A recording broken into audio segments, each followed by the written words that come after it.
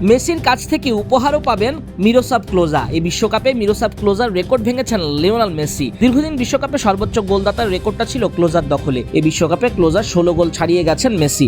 এখন তার গোল সংখ্যা 21টি। সর্বোচ্চ গোলের রেকর্ড মেসি ভেঙেছেন, তবে ক্লোজার কোনো আফসোস নেই।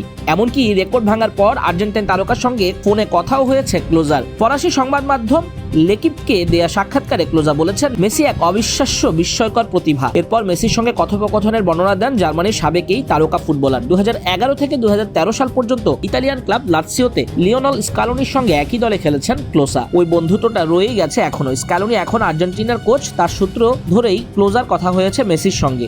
স্কালোনি আমার সতীর্থ ছিল, আমাদের মধ্যে নিয়মিত যোগাযোগ আছে। মেসি আমার বিশ্বকাপ গোল করার রেকর্ড স্পর্শ করার পর স্কালোনি আমাদের মধ্যে এই ফোনালাপের ব্যবস্থা করে দেয়। খুবই আবেগঘন মুহূর্ত ছিল সেটা।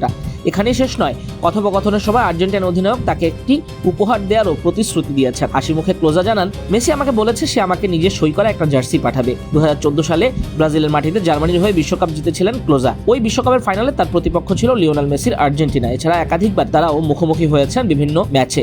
বর্তমানে জার্মানির দ্বিতীয় বিভাগের ক্লাব এফসি নুরেমবার্গের কোচের দায়িত্বে আছেন মিরোস্লাভ ক্লোজা।